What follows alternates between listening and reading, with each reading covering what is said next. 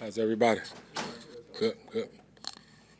Byron, you guys face game records every week, but is Nick Bosa a different kind of game record this year? Is he maybe the best of the game records? Yeah, it seems like every week we're seeing one of these guys. Every week, one of them type guys showing up on every team, and he's probably, like you say, one of the best, if not the best. So it's a tough task, like we do every week. Hell of a player, great football player, strong, has a motor, physical, plays hard every down. Just a really, really good football player. So it'll be a tough task, but we're excited to have the opportunity to play against a team like this.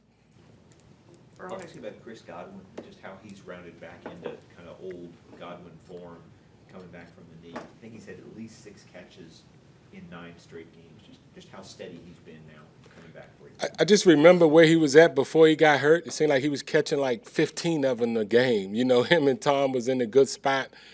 And I don't even think it's been a year yet since the actual day where he got hurt. So the fact that he's even out there and been out there for us just says how good a football player and what type of guy how he approached this offseason.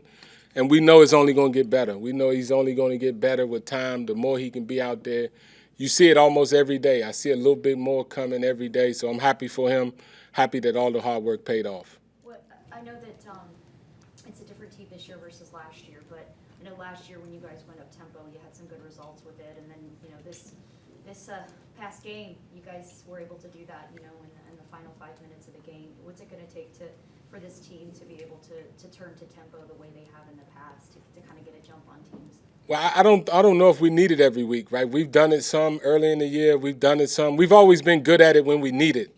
Like at the end of games, end of half situations, we've always been really good at it. So you don't know how much you'll need it, week in and week out. But it's good to have it there. It's good to have it there. It's good with the players we have, with the quarterback that we have. It's good that anytime you can go up tempo and have opportunities to finish games the way we've had opportunities to finish games. So it's good. It's good that it's been good for us pretty much all year, especially in the half, in the games. Is it harder to do that when you don't have consistently the same pieces every single week working together? That's what. You finally have some healthy receivers. Yeah, we're healthy, so you can do a little more of it. And early in the year, we tried some, but we was unhealthy up front. So we had young guys in there, so you don't want to put them in that position as much as if we would have liked to have done it early in the year. But it's something that we know we can lean on if needed.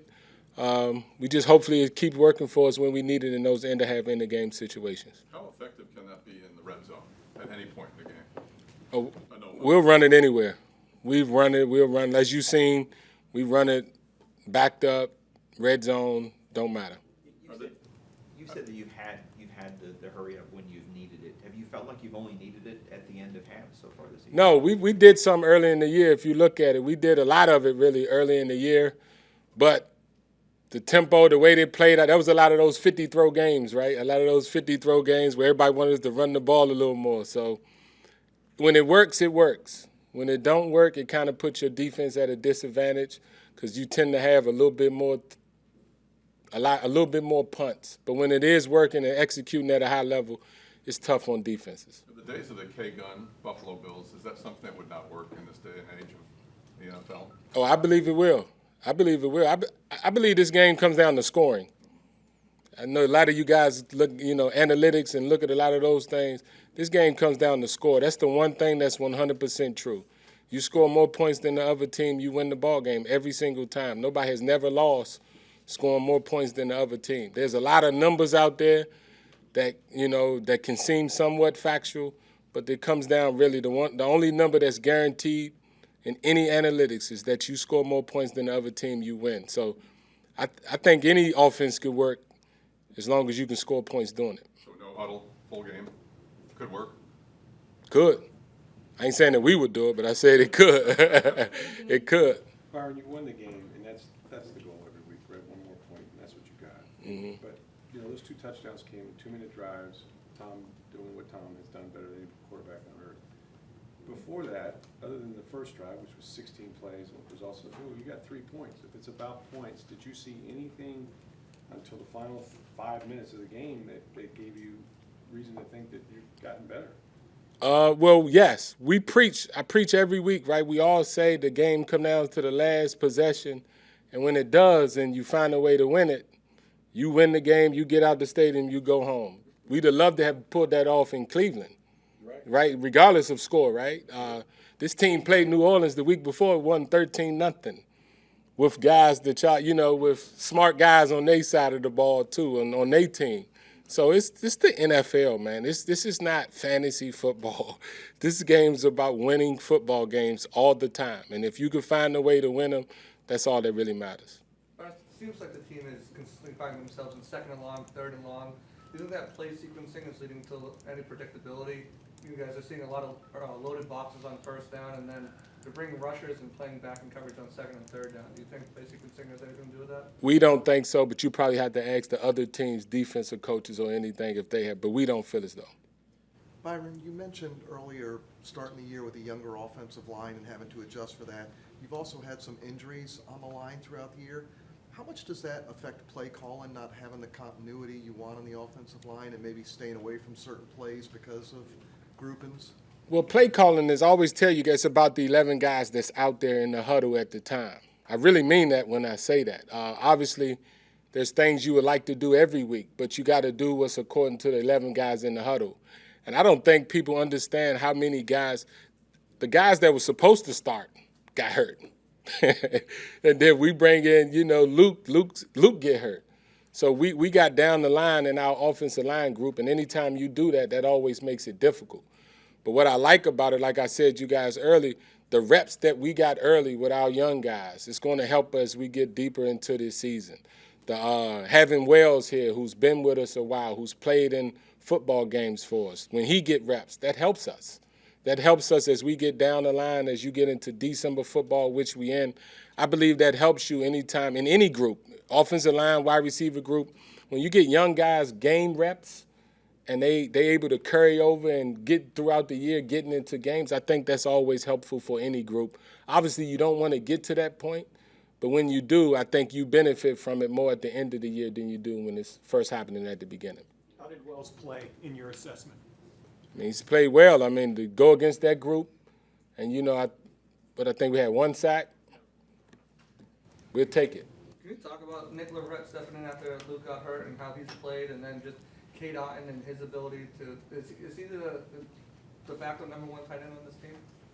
Well, he's the starter, but we play multiple two guys out there. It depends on what personnel package we really got in. I tell you guys about Cole and Cade. They're rookies, but the reps are helping them. I'm watching these guys get better at the little things at a difficult position. I mean, tight ends in this league, they got to deal with the guys. They're right next to the guys that we talking about, the Bosas of the world, the Cam Jordans of the world, the Garretts of the world. They are right next to them guys, and they got to be able to be good in the run game and in the pass game. So to see the improvement that they're getting, especially from the reps that they're getting, is a good thing for us.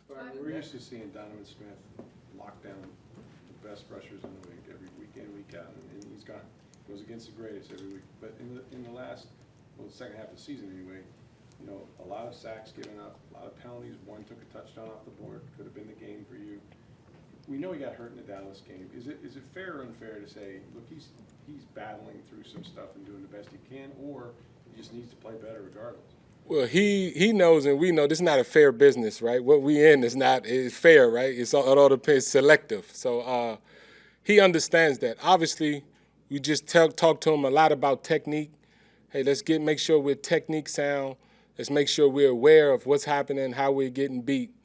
And like I tell you, with the group that we have and the way that they approach it, once they're given this information, how they work on their game to get improvement, I just love this group as it pertains to that, as us getting better. So it's our job to make sure he's aware of what we need to do, and from a technique and assignment standpoint, it's his job to work on it and to get better, and that's what he's doing. We understand it. Like I said, it's tough guys, facing some tough guys in this league, right? He ain't the only one that's getting holding calls at that position, right? That's just part of it, but we're trying to coach through it and try to get better at it. Byron, I aside from scoring points, which would be the obvious answer, if you had a wish list and it was like, hey, this one thing is top I of just my get list. one wish. Yeah, you only get I got a one. couple I need.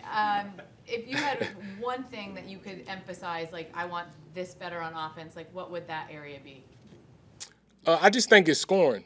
I know you guys think I'm crazy. We go in here, we have games where we go 6 drives and punt. I think we're closer than what people think. Obviously, we're doing something well enough to win football games, right?